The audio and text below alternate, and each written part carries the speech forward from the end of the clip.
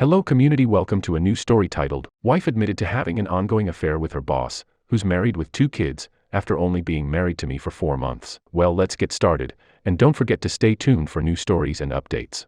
Hi all, I really appreciate this community and found it very helpful throughout this process, so I'd like to share a truncated version of my story. My ex-wife and I had been together for about 6 years before we got married last June of 2021. Getting married during a pandemic wasn't easy, but we had a wonderful wedding and it was one of the happiest days of my life. Fast forward a few months later and my wife became a completely different person. She opted to go to the office regularly while I continued to work from home. We both worked from home throughout the pandemic. She worked for a big firm, so the long hours seemed to be par for the course, but she no longer wanted to spend quality time with me on the weekends, spending a lot of time with her horse, and began to downplay my achievements, claiming I was no longer a go-getter even though I was doing very well at work.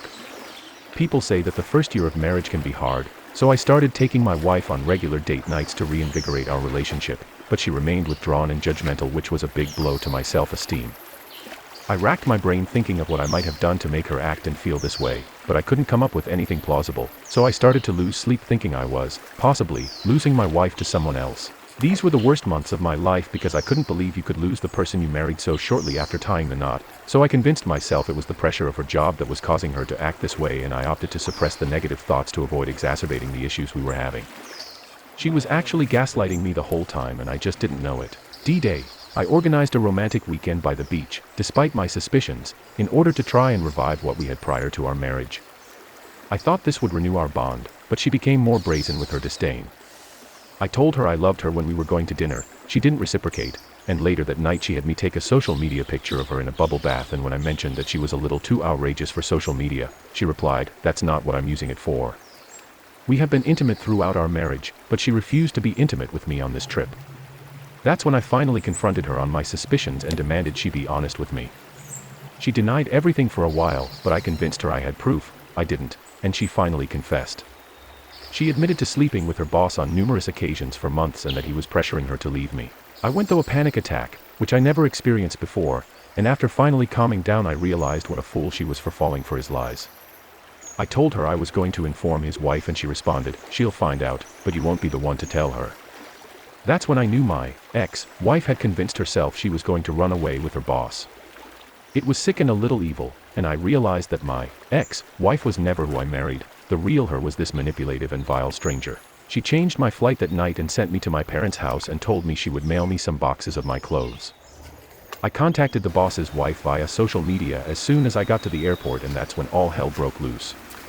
Long story short, the boss never planned on leaving his family, and in order to try and save his marriage he distanced himself from my ex-wife as quickly as possible.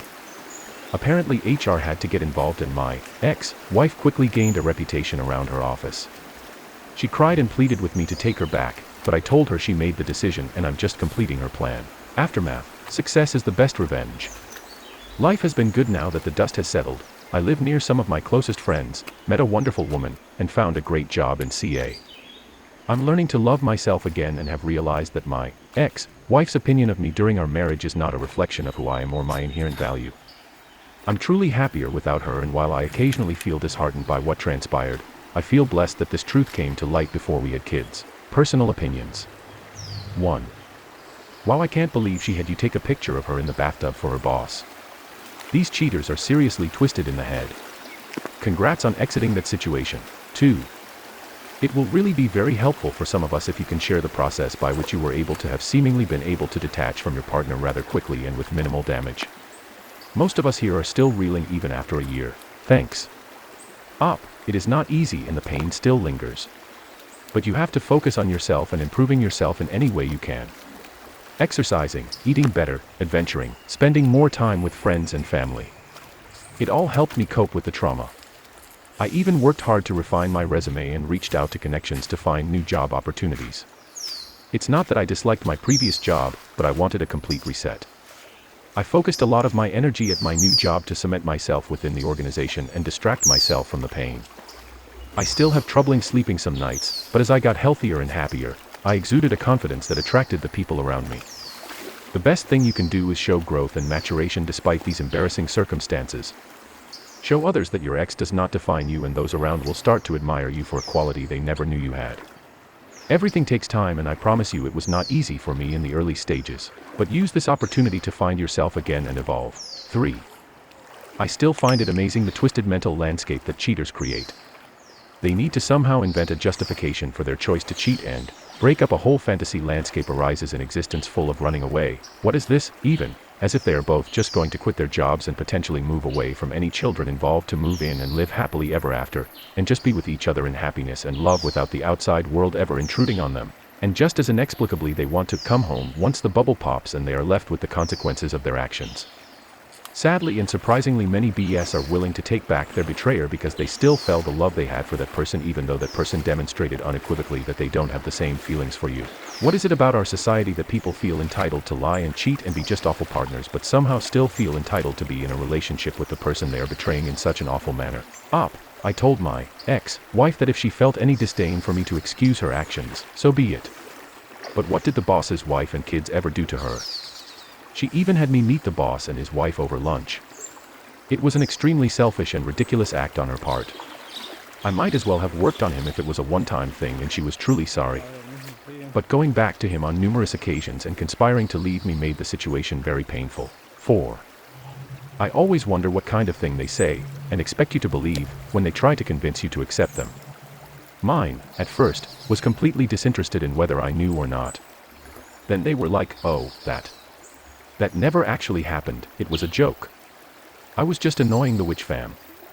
But when I didn't take them back, they didn't actually care. What did you think about this story? Also, do not forget to stay tuned for new stories and updates. Greetings. Second story. My girlfriend of 1.5 years just broke up with me to be with my roommate. I just heard them through the wall. As the title says, we broke up. It was about 6 months ago and it was semi-amicable.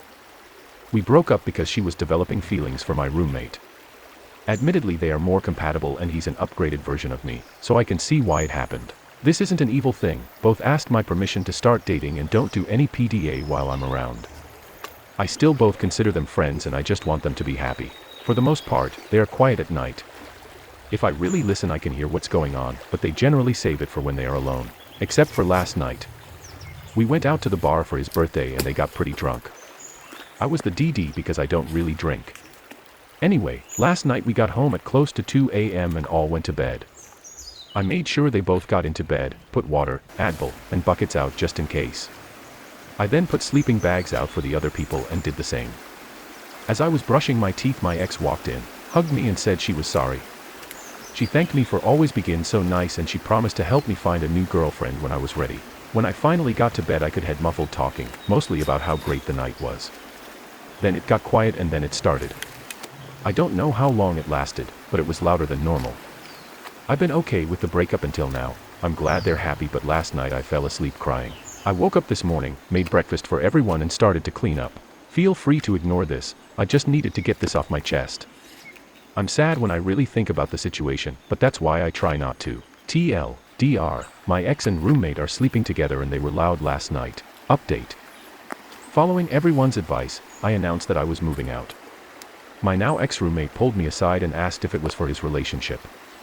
I told him yes, but I wasn't going to make him sacrifice his happiness just for me. He decided to help me look for a new place and we found one. It is a one-bedroom apartment that is closer to my work.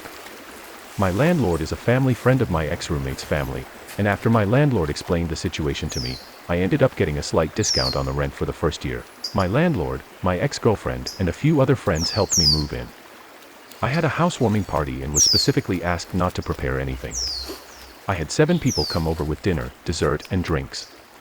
My landlord and ex-girlfriend also cleaned up after everyone finished eating. My ex-girlfriend stayed a little later than everyone and apologized for putting me through everything. She told me that she hadn't thought about how she had made me feel. She told me that she had talked to some friends about finding me someone and had set me up on a blind date. It was great.